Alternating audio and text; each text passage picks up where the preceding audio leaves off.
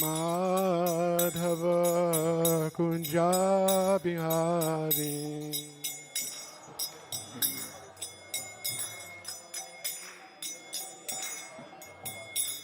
Jaya Radha Madhava Kunja Bihari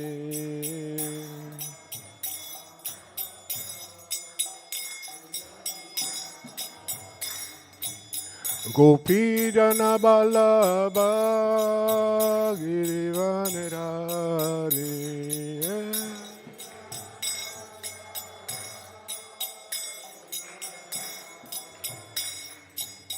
Gopi Jana Ballabha Girivanidhari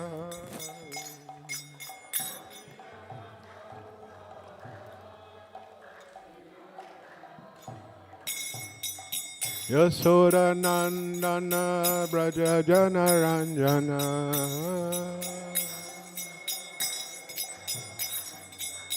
Yasoda Nandana Braja Jana Ranjana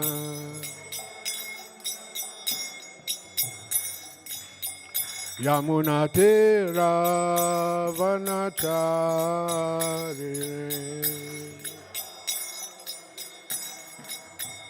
Yamuna Tira Vanachari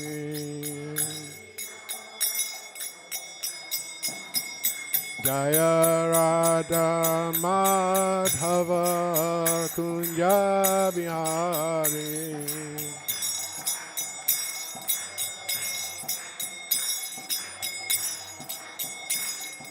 Gopi Jana Ballava Girivanidhari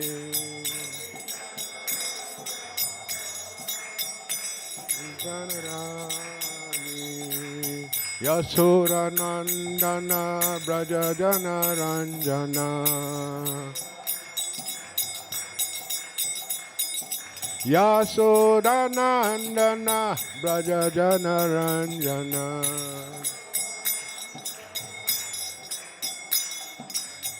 Yamuna Tira Vanachari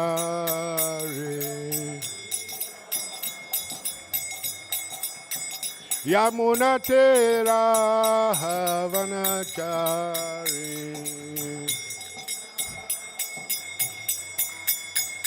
Jaya Radha Madhava Kunja Bihari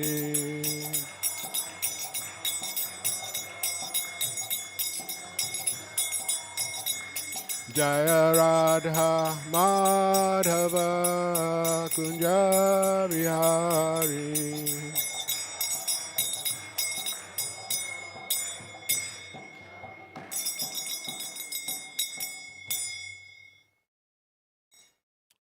Om Namo Bhagavate Vasudevaya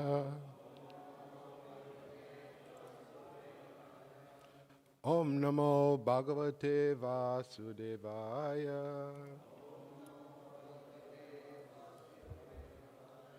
Om Namo Bhagavate Vasudevaya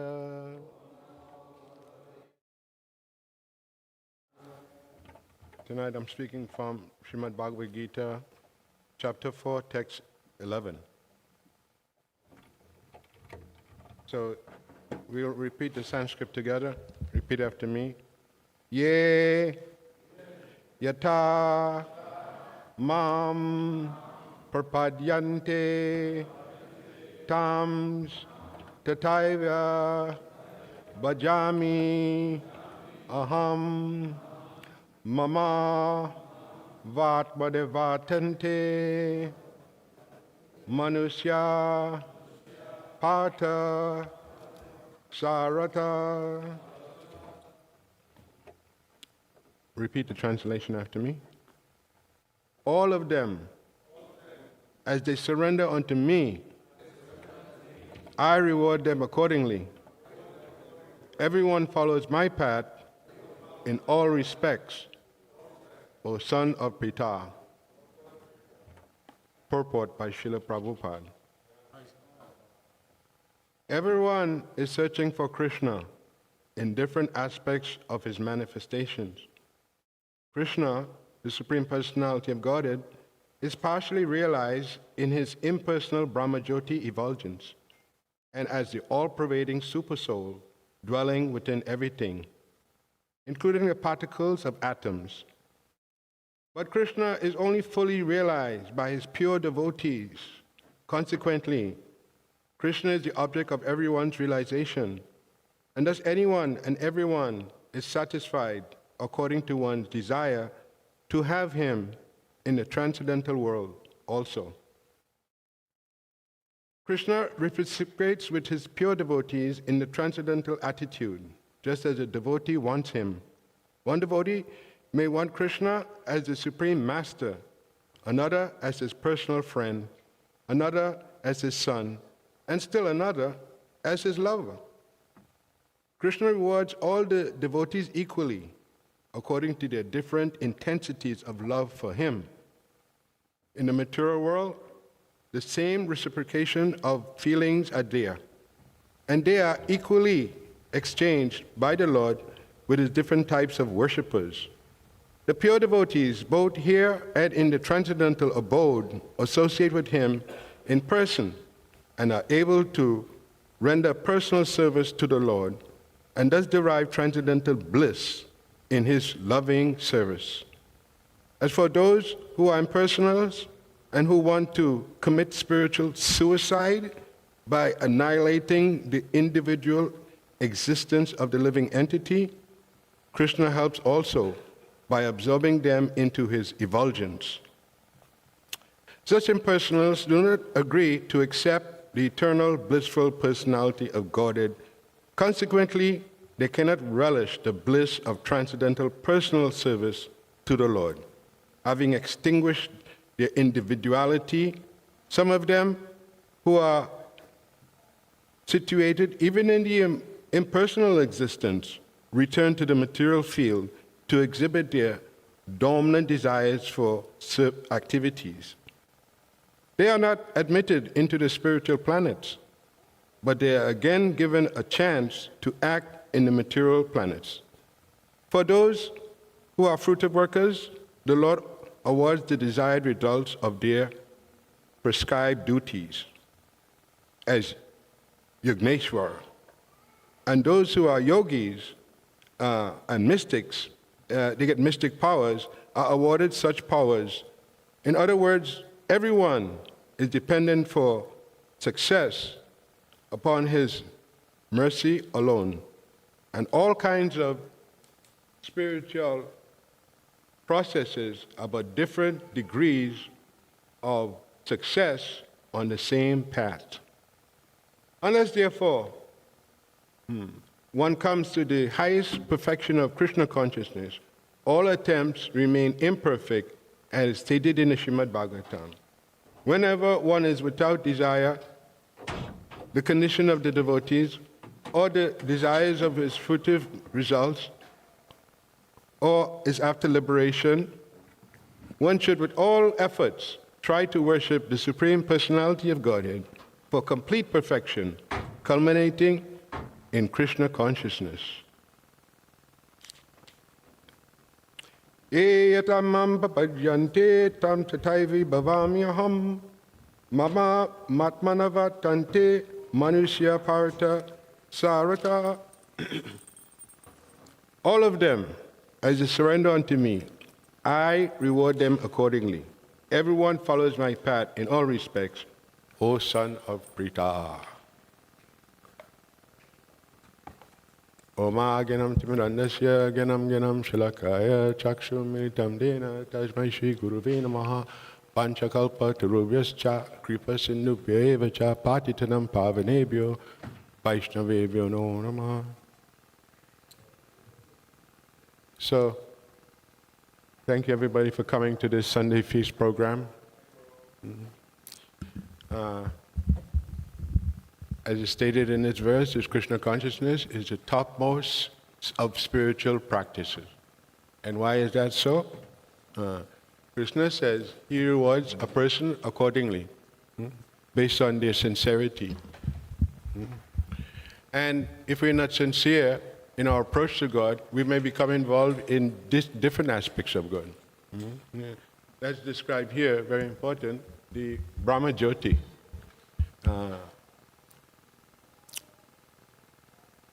The Brahma Jyoti, that is described, the process of realization is given in the Vedas as Brahmatmiti, Paramatmiti, Bhagavan, Iti Sabhyate.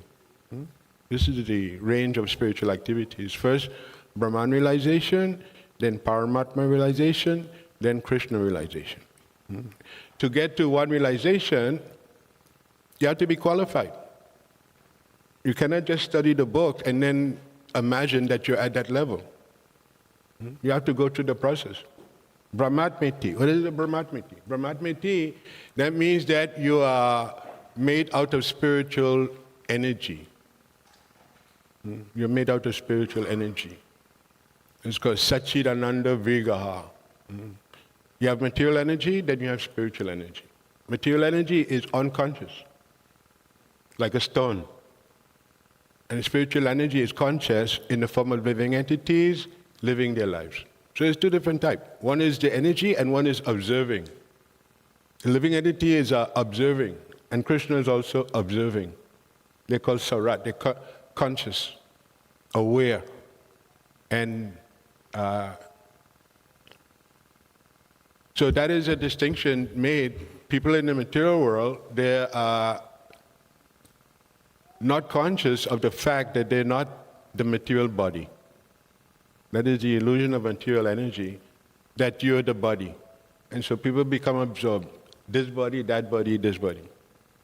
And they become illusion that at the end of life, the process, what they were supposed to do to purify themselves, to make spiritual advancement, it is not done.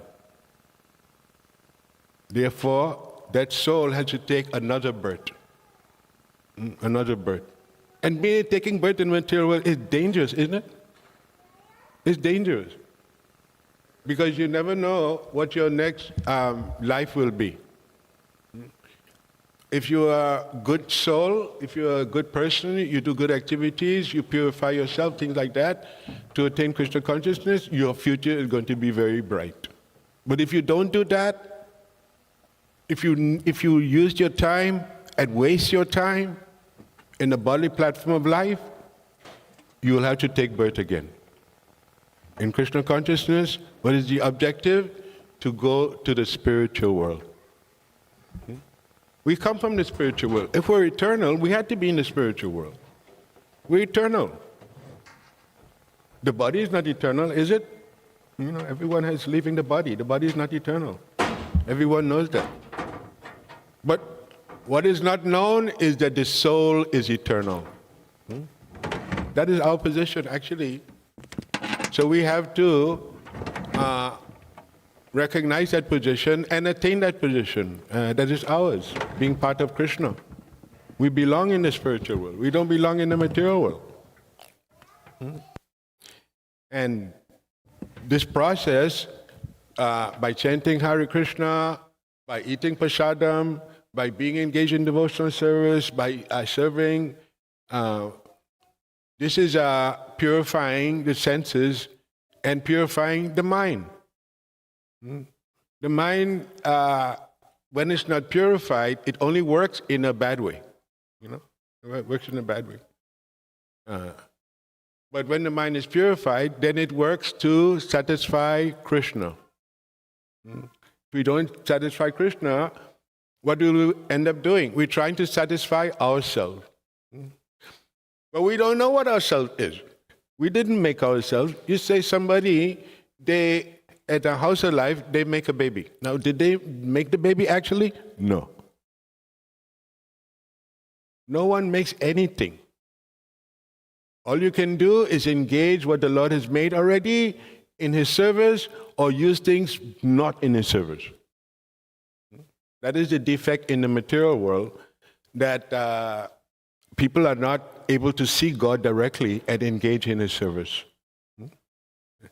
Therefore, it's described in Bhagavad Gita, Krishna describes, abandon all varieties of religion. You know, my people, based on the bodily concept of life. It's not actually factual. Actually, every living entity is your brother or your sister. But every living entity is your brother. So in the material world, that is not known. And therefore, there's all this fighting, fighting, I hate you, I hate these people, I hate those people, I hate those people. So it's all foolishness. But we become absorbed due to contamination by demons. Demons, in the world also. Not everybody, if you go on a train, not everybody is nice. You have to be careful. You may be killed on a train by a demon. So you're living with demons, And that is because you're living in the material world. The material world is full of demons. Prabhupada said demons doesn't just mean with horns. Demons mean bad qualities, hatefulness, wickedness. And then also the bad people, they also go to the church. Oh, we love God, we love God. But what's the value of your love of God? You not even know the process, how to realize God. The process is there. That's already given in the Vedas. The Vedas is the first, the original. And after the Vedas, all these other philosophies and religions developed. But the Vedas is the first. The Vedas, Prabhupada said, Vedas is like your mother. If you want to know who your father is, then just ask your mother. She'll tell you. Same way, the Vedas, they know who God is. And God is the Supreme Personality of God, Krishna. But Krishna is not easy to understand. Krishna is not easy to understand at all. Why? Because he has so many forms. It's Krishna, Balaram, Nrsingadev, Varaha, on and on and on and on, so many forms. You ever hear a person with so many forms?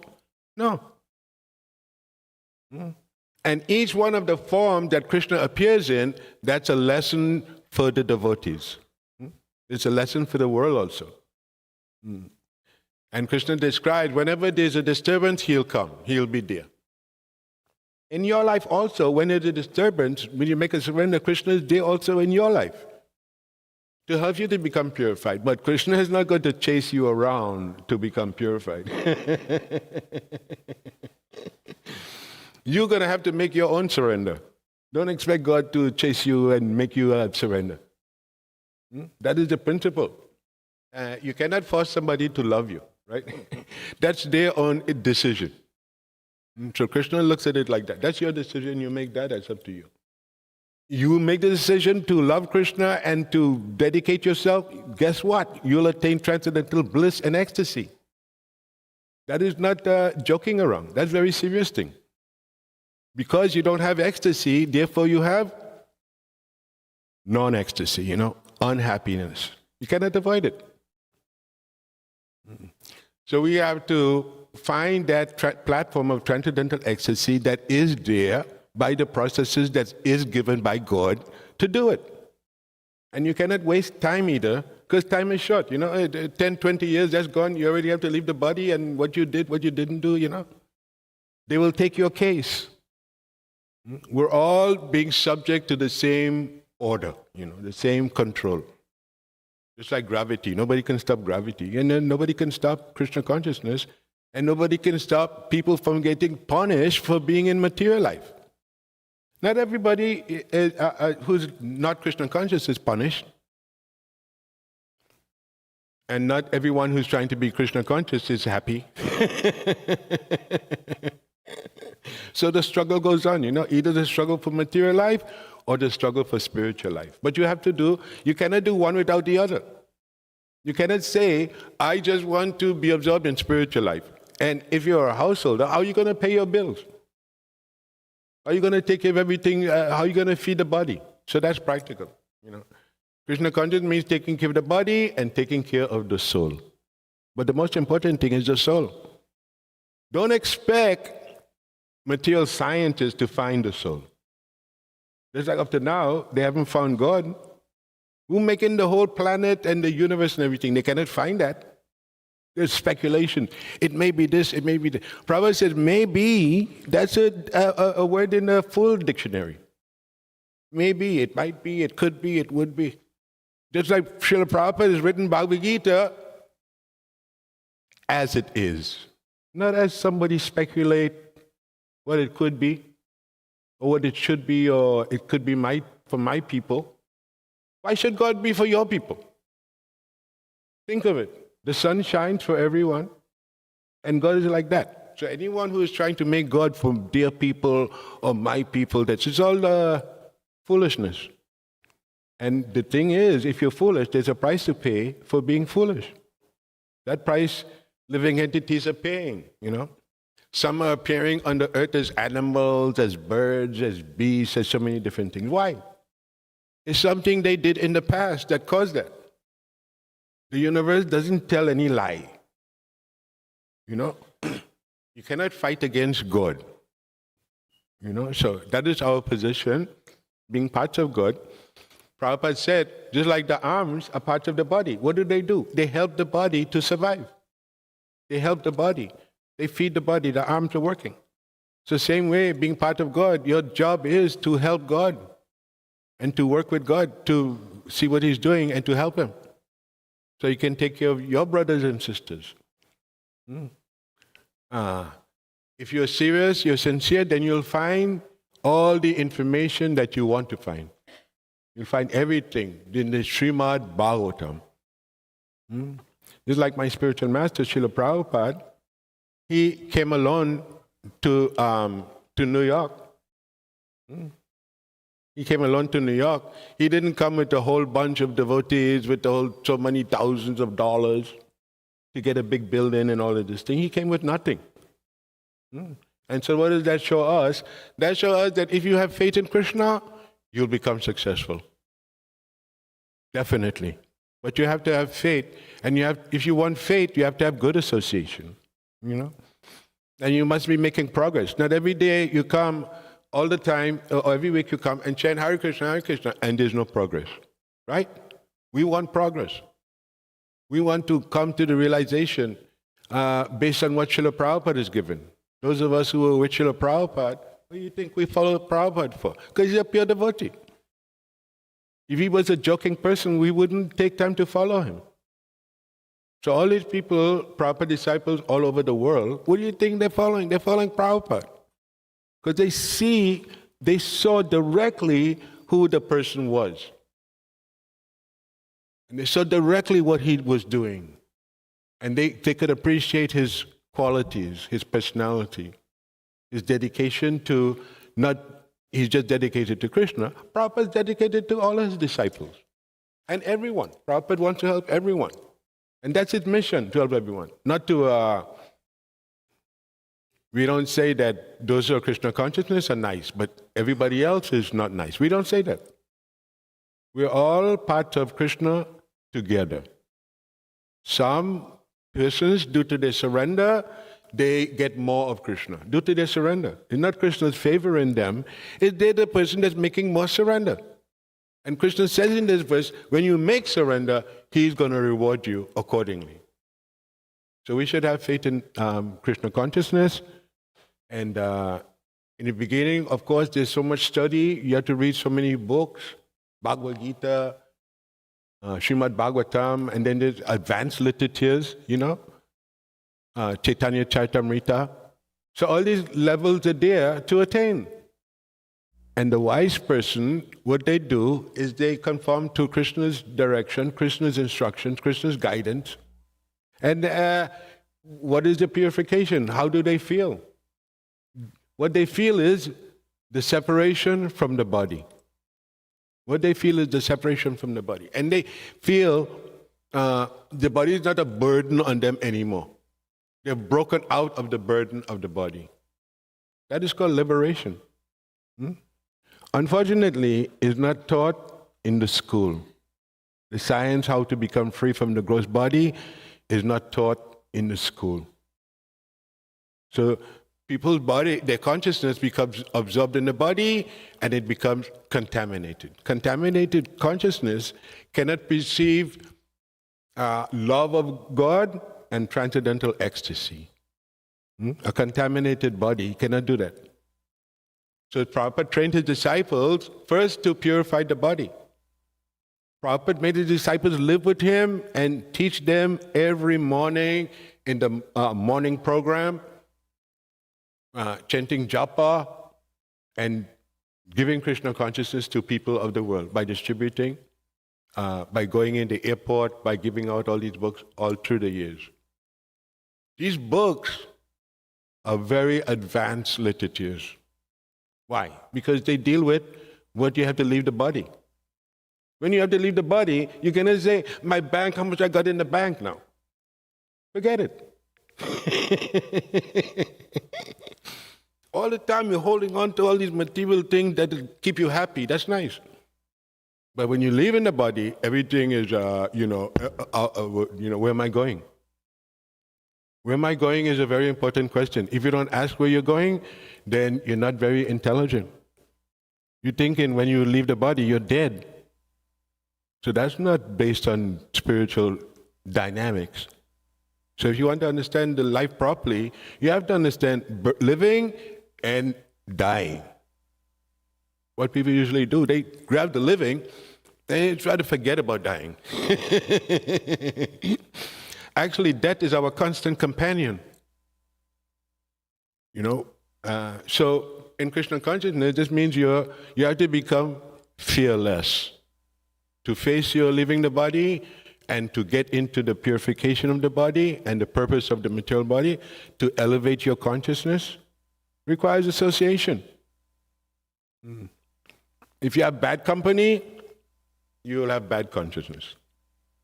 If you have good company, you will get good consciousness. So that is the difference there. And Krishna knows that, so he encourages a person who is surrendered. In different ways. Krishna encourages devotee and enlivens his devotee and helps the devotee in every way to become blissful and satisfied in their Krishna consciousness. Therefore, the material desires are not going to disturb them. This is the only way to make spiritual advancement. If you're trying to make spiritual advancement, then you're going to be tested.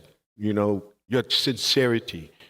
If you're not sincere, you'll find out you're not sincere. Krishna will show you. And if you are sincere, the Lord will reward your sincerity. So we all have we're faced with the same things. Basically, no one is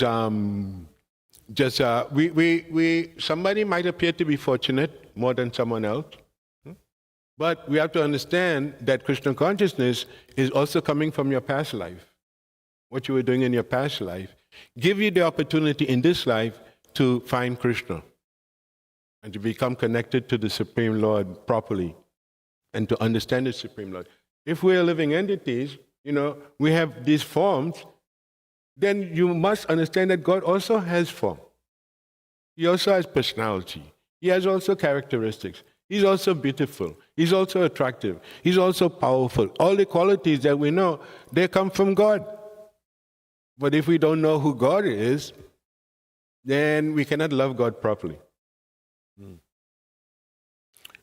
So that is there. Brahmatmeti, Paramatmeti, Bhagavan, iti sabhyute. You cannot go to the platform of Bhagavan realization right away. There's a process to do that. You'll be lucky if you attain the first stage. The first stage is Brahman realization. We are lucky if we attain that even. When you attain Brahman realization, you get freed from the bodily concept of life. It's a big freedom. We're thinking with this body, I'll make this body free. This body cannot become free. Because the body is also locked into the modes of nature. If you act in a mode of ignorance, then there's going to be disaster. If you act in a mode of passion, there'll also be disaster. The only safe mode you can work in, that is called sattva-gun, the mode of goodness. And that means that's the purified mode of nature. So, and in the mode of goodness, you have to eat in the mode of goodness, you have to think in the mode, you have to speak in the mode of goodness, you have to have friends in the mode of goodness, you have to remain in the mode of goodness. In the mode of ignorance, what are they doing? Arguing, Nobody knows what the truth is. I think I'm better than you, you think you're the fight, let's fight. That's the mode of ignorance. Mode of ignorance is a foolish person is speaking like an authority. That's the mode of ignorance. And the mode of passion is insatiable desires for things again and again, more things, more things, more things. You know, I have one house, I want 3 houses. I want 5 houses. I have 1 car, I want 3 cars. I want 5 cars. On and on. I want a Mercedes, I want a BMW. You know, on and on. Never satisfied. I have $1 million, I want $10 million. I have $1 billion, I want more, I'm never satisfied. So that is the material life. You'll never be satisfied. Keep on trying, you'll never be satisfied. But spiritual life, in the beginning, that's difficult. Why? Because you have to give up so many things. You have to give up so many things. But based on your giving up, you'll attain your inner Krishna consciousness and the goal of life. That way you'll be happy. You'll be happy every day. And it wouldn't be something to make you happy. It doesn't take anything to make you happy. You'll be happy just because you are happy itself. And that is the kind of happiness we're looking for. Not a happiness that if something goes wrong, everything is destroyed. And that is the problem in this material world, is all our plans are always unsuccessful. In our business life, relationships, everything, we have to be Krishna conscious, and then all of those problems will be solved. If you're Krishna conscious, your relationship problem will be solved. If you're Krishna conscious, your need to make money to maintain your body, that is going to be solved. So for a Krishna conscious person, there is no difficulty. You just engage yourself. What is practice? If you have a good practice with it, you become familiar with like the morning program, those devotees who are living in the temple. What do you think? They're getting a big benefit from living in the temple. The temple is arranging so they can do Mangalati, they can do Guru Puj, they can on and on with the association of devotees. That's the way you make advancement, you know. When you're all alone, right? You're a target for Maya when you're alone. If you're not wise, if you're not fixed up, then you're a target for Maya. You can keep talking, but Maya will come and get you when you're finished if you're not right. It's not that devotees, they're just being devotees because they like, they're also being escaping the punishment in material life. So it's not that they're just taking to Krishna consciousness because they like it. They're also taking the Krishna consciousness to save their lives, to save themselves from distress and unhappiness. That is why Krishna consciousness is there. Now there's a nice philosophy. Just like today, people are practicing like a lot of yoga, meditation. You practice a lot of yoga. This is yoga. This is the real yoga. And a devotee, that's the real yogi. And that is what's given by Krishna for us, to the practices. But it's not that we just do the practice. We have to be careful. You know, we have to be a loving person to the devotees. And we have to be kind to non-devotees, you know. It's not like you become Krishna conscious, you know, you're better than everyone and then forget everyone. No, Krishna consciousness is not selfishness. You know, it's about giving something to the strangers, the people you do not know. That's like those who are distributing Krishna conscious literature. They don't know the people, but they give them the literature out of love. I don't have to know you because you're part of Krishna. So we should also be like that. You know, people, we should have respect for people. We should have respect for animals. Why do you think we don't eat animals? Because we have love and respect for them. Some people are saying, I love my pet. You love your pet, but what about the cow? You cut his throat and you pray to God that you're nice. So God sees and knows everything. So that's trying to fool God that you're nice. But you're not nice. God does only want the nice person. He doesn't want the not nice person. That's what God is. What do you want? You're like that even. You like nice people and bad people, you avoid them also. So God is like that too. God is not going to beat the bad people until they... Material nature is already doing that to them, so God doesn't have to do anything. But that is why the material world is there, because we have independence. Somehow along the road, we misuse our independence. And that is why we're in the material world, in the material body, and we're suffering. Birth, old age, disease, and death. Everyone has to go through. Not that somebody leave the body, but I wouldn't leave the body. I'm all right. I'm healthy. No, your time for leaving the body will come. It definitely will come. And if you're not prepared, you're going to be taking birth again. You're going to be taking birth again. This is what the knowledge that people don't know about the past life. Most people don't know about the past life. And God also doesn't inform anybody about the past life. Because if God informed you about the past life, you'll become distressed. You'll become unhappy. That so long you've been in this crazy material world and you haven't got out yet.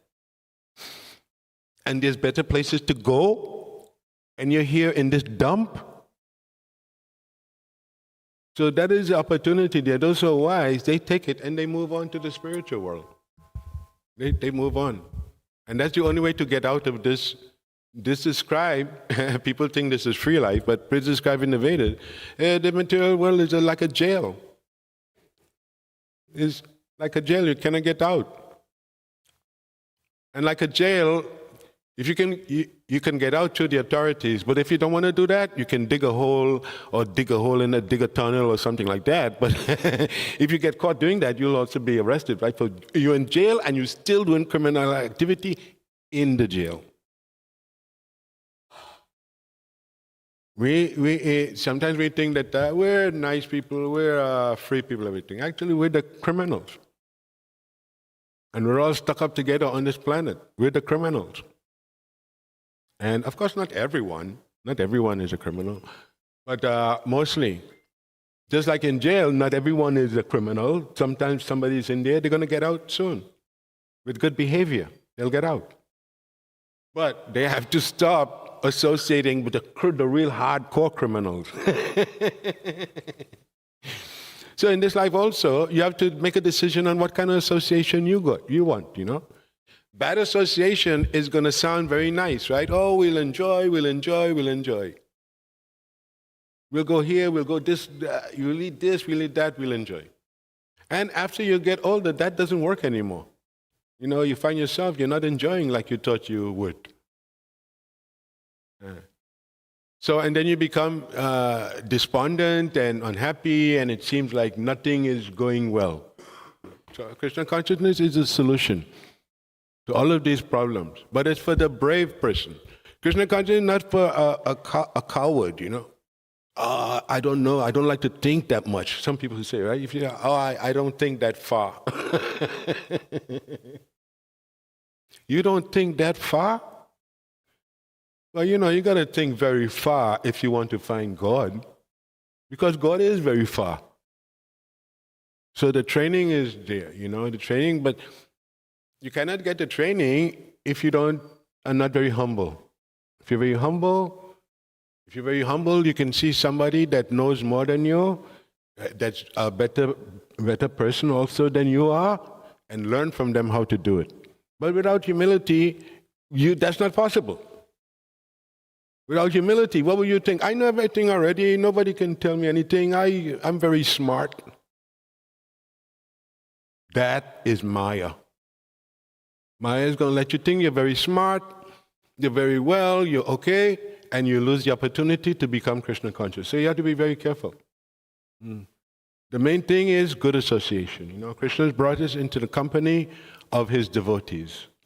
And we can learn from them, just like the disciples of Srila Prabhupada, they learn all the philosophy and study everything from Srila Prabhupada. And they get the mercy from him too.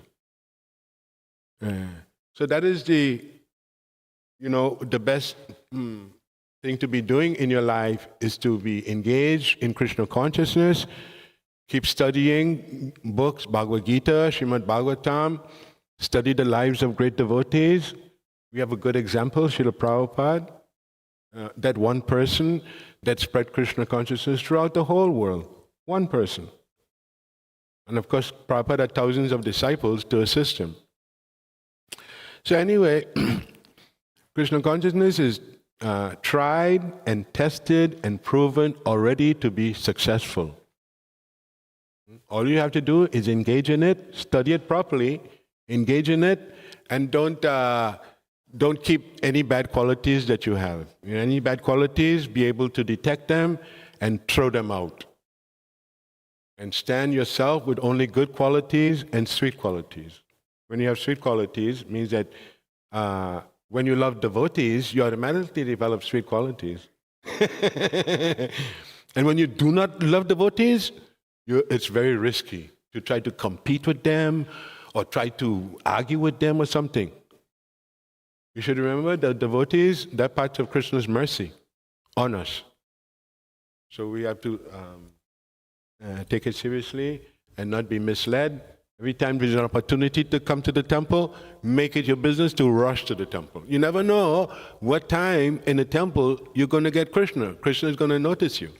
You never know when Krishna is going to do that. Krishna's already noticed you already. But now you have to become purified. You have to face into your bad qualities. Usually we don't think we have bad qualities, But Krishna consciousness is so pure that it even finds all the little bad qualities that we don't notice in our character. That's called imperfection or impurities. So those have to be purified. Not that I just understand the philosophy, but purify my existence by cultivating a wonderful attitude towards devotees, towards ladies, towards men, towards children, and everything like that. Then also you'll be able to recognize that in everybody, even people who are not devotees. You'll have love and respect for them also. And then you're Krishna conscious. When you have a loving relationship with animals, you see an animal, no devotee is going to kick a dog or chase an animal or something like that. Or if you see a little creature like a butterfly, no devotee is going to hurt that living entity.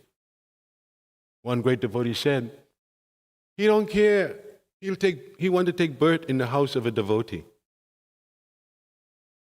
He don't care. Just give him birth in the home of a devotee. It's so nice to be with a devotee.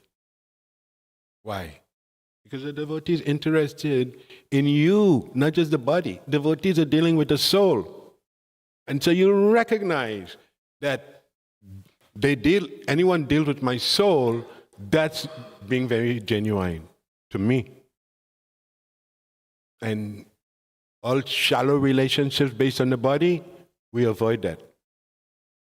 And so Krishna consciousness has appeared for us by the grace of Srila Prabhupada. We just get familiar with first Bhagavad Gita, Srimad Bhagavatam. Make sure you have a bead bag, get a bead bag. Those who don't know, you get a kirta, you get a nice kirta, get your bead bag, and you have your fingers going, you're chanting Hare Krishna, Hare Krishna, Hare Krishna, and then you'll change like that. Don't take it cheaply. And I'm sure that whenever there's festivals, make sure you attend all the festivals. Krishna consciousness is full of festivals.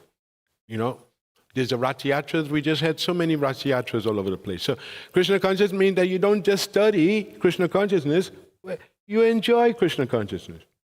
Right? You enjoy Krishna consciousness. But how you do it, how you get to that platform of enjoying, that is what will manifest to you by the process itself. And when you're Krishna conscious, when you attain transcendental blissful ecstasy, then it's your job to help other devotees, right? So, all glories to Srila Prabhupada and the Krishna conscious movement. Let us support this Krishna consciousness whichever way we can. You can make a donation. You can come to the programs. If you're in the kirtan, you can jump around. Krishna will notice. Prabhupada said that when the deities are looking out, they're looking at the person who is ecstatic. They're looking to give him the realization. So it's a reward, just like it's saying here. There's big reward in Krishna consciousness. Big reward. So I'd like to stop here and try to get a question from the audience. And because questions are nice to answer. If you have questions, you should ask them and get them on the open, see what it is. Right? So devotees, thank you so much. Any questions anybody has? Any question? One question. Say that again? Why the Krishna and Shiva always fight? Yeah, that's a very interesting question. You know, why Lord Shiva and Lord Krishna always fighting, right? They're not always fighting. Sometimes there's some pastime when they're doing that, but don't try to understand God completely, right? Don't try to do that. That is not Krishna conscious to do that. You know, we know as much as God has allowed us to become devotees and purify ourselves and things. But we cannot dig too much into God directly, right?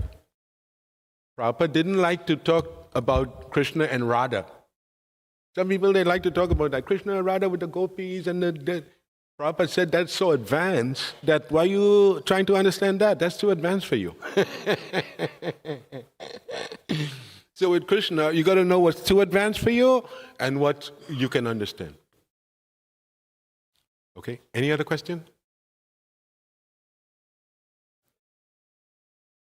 Yeah. Ask questions. Questions are good. When there's a decline in religion in the world, Krishna will send someone to bring to a higher standard. And Krishna always sends someone that's at the level of the people, what they can understand. So like Jesus Christ at one point, as his time, and then now Srila Prabhupada is the latest. So, every time there's a decline in religion, the religion, goes down, then Krishna will send somebody to bring it up to a higher standard. And there's also another thing, we cannot blaspheme the Vedic literatures or any literatures in the pursuance of the Vedic version. It was the Bible, the Quran, the Torah, all these different literatures. Srila Prabhupada was asked in the famous video, the interview when he was on the news. They were like, you take the absolute truths from the Bible, the Quran, the Torah, the Vedas. And he said, yes, I take all the absolute truths from all these literatures because the ultimate goal is God. And, to understand who is God, and we have to try to love him. Yeah, okay, that's very nice. So that's why, but when you're born in a religion, you have to get out of it to find God. Sounds strange. But if you're in a bodily concept of life, you have to get out of it to find the soul. You cannot be in the bodily concept of life and find the soul. So you have to get out of it. And if you're in a religion, you got to get out of it. The Krishna conscious movement is not a religion in the sense that my religion, your religion. The Krishna consciousness deals with the one God, just like it's described in the Bible also. So everywhere it's describing Krishna consciousness. But Krishna consciousness itself, that is beyond this religion or that religion or these people or those people. So you should not think God belongs to your people. And then you'll have a nice understanding about God. Yes, Prabhu?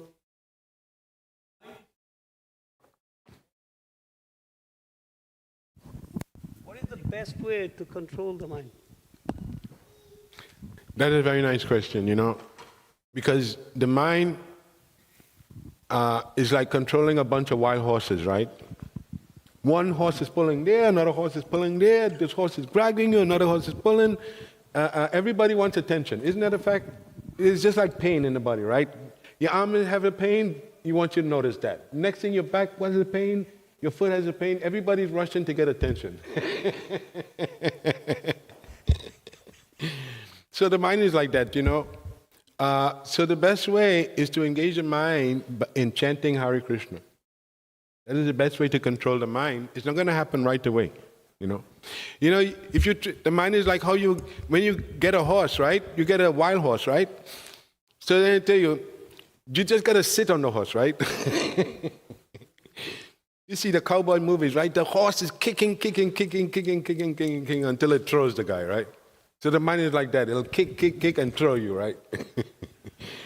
But if you ride the mind in Krishna consciousness, you keep riding. Then after a while, the mind said, okay, all right. Just like the horse said, oh, God, I'm finished. I surrender. So we have to come to that point of surrender. You know,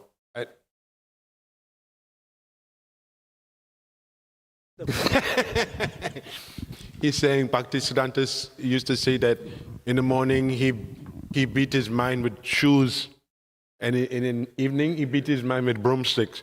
So the mind is not going to, you want to be Krishna conscious, your mind is not going to say, okay, be Krishna conscious if you want, you know. Your mind is going to put up some struggle, some fight against it, you know, because it's false ego.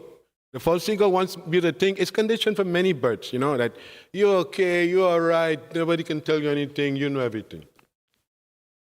Is that factual? No.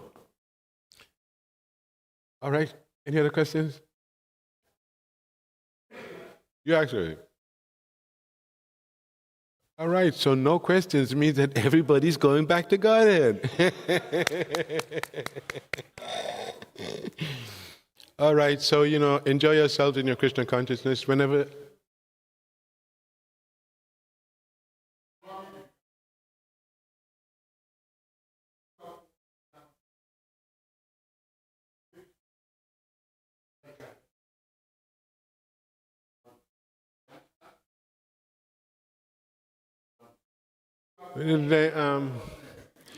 People are working in spiritual life.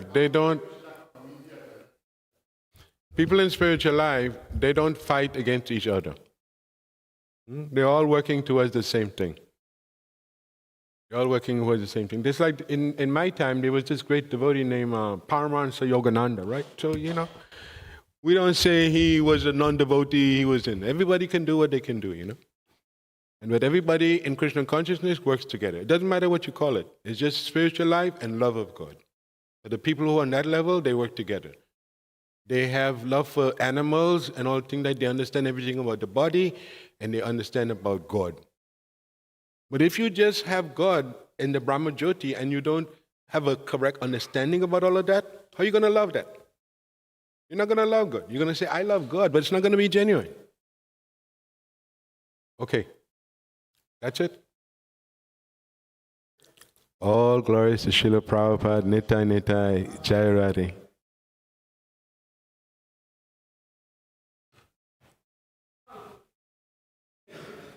What's the next program is Prashadam, right?